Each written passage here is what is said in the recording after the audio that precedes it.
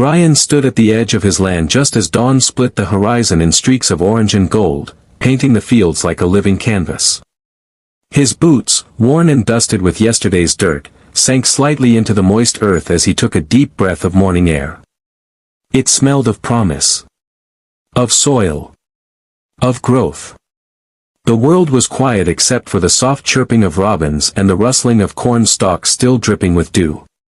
This was Brian's sanctuary, his legacy, and his battlefield, the farm that had been in his family for generations. But Brian wasn't just carrying on a tradition. He was transforming it.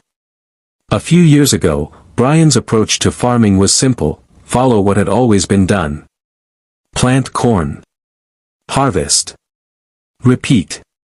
But something had changed. Maybe it was the unpredictable weather. Maybe it was the sudden rise in fertilizer costs. Or maybe, just maybe, it was the spark inside him, the question that kept whispering, what if we could do this better? So Brian dug into research with the same determination he used to plow the toughest fields. He spent nights poring over agronomy blogs, watching soil health videos, and calling up agri-tech startups who were just as passionate as he was. That curiosity led to experimentation. Not wild gambles, but thoughtful trials, rows of companion planting here, a no-till test plot there. The crops became his lab, and the results? Remarkable. It began with the corn. Brian's signature crop. Instead of planting row upon row in the traditional monoculture style, he tried intercropping with legumes. The nitrogen fixers not only enriched the soil naturally but also helped suppress weeds. Within a season, Brian noticed something strange in the best way: his corn was taller, greener, and healthier. No additional fertilizer. No additional cost. Just smarter planting. But it didn't stop there. Brian turned to cover cropping during the off-season. Instead of leaving the fields bare and vulnerable to erosion, he seeded ryegrass and crimson clover. At first, some of the old-timers chuckled, green stuff for no profit. But Brian smiled. He knew.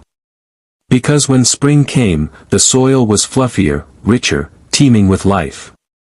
Earthworms wriggled in delight. And the following crops practically jumped out of the ground. The farm began to change in ways Brian hadn't expected. His soybean yield improved. Pest problems declined. And birds, lots of birds, returned to the land.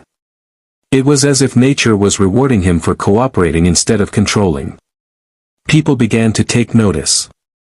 Local farmers dropped by, curious about why Brian's fields looked so alive. He shared openly, proud to be part of a movement that was less about secrets and more about solutions. Brian didn't stop with the crops, though. He reinvented the very rhythm of the farm. Automation came into play: precision tractors guided by GPS, sensors that measured soil moisture in real time, and drones that gave bird's-eye views of crop health. He wasn't chasing technology for the sake of it. No, he was chasing insight.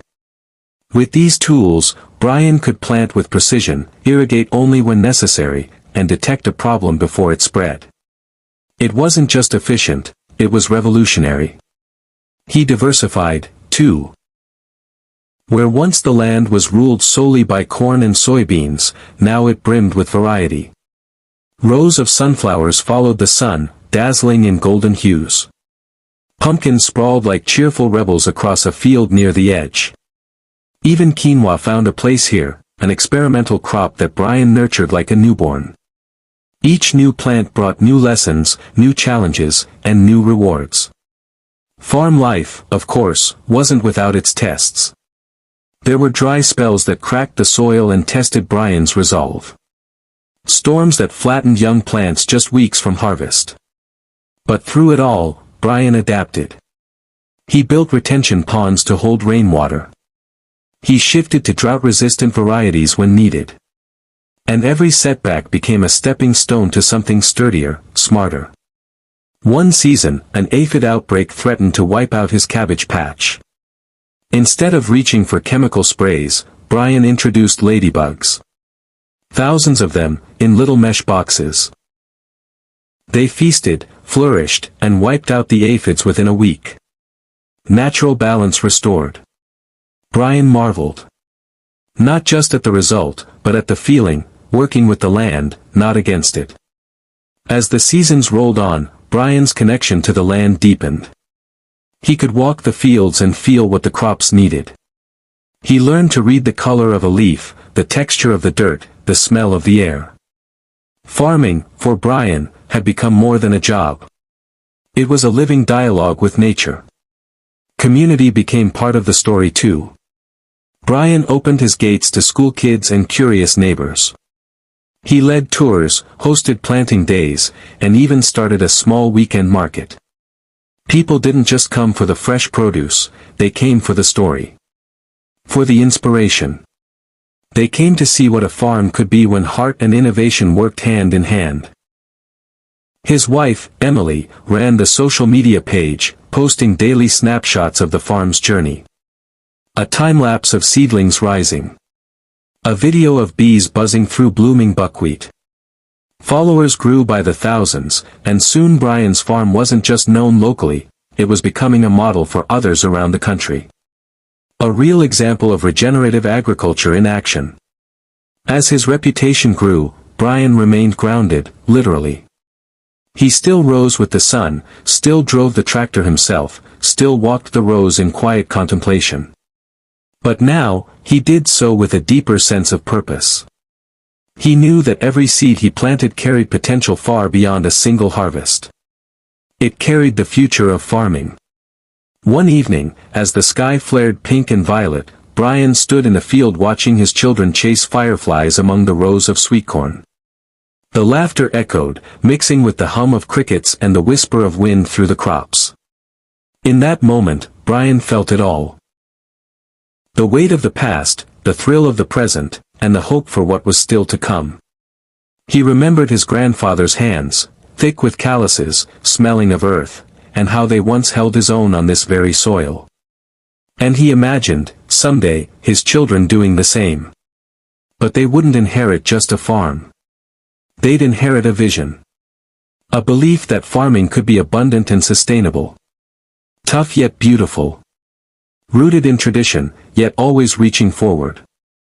By now, Brian's story wasn't just his own.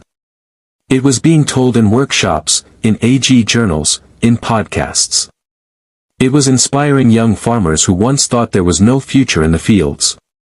It was changing minds in boardrooms and policies in town halls. It was proof that when you plant with intention, harvest comes in many forms. Brian walked back to the barn as stars began to blink into the sky. He glanced back once more at the crops swaying gently in the breeze. Corn, soybeans, pumpkins, sunflowers, even that stubborn patch of quinoa, all growing, all thriving. Not just because he worked the land, but because he listened to it. Respected it. Grew with it. And as the barn door creaked shut behind him, Brian smiled, already thinking about tomorrow. The soil would be waiting. So would the sunrise. So would the dream. And he would be there, boots on, heart full, ready to farm not just for today, but for generations.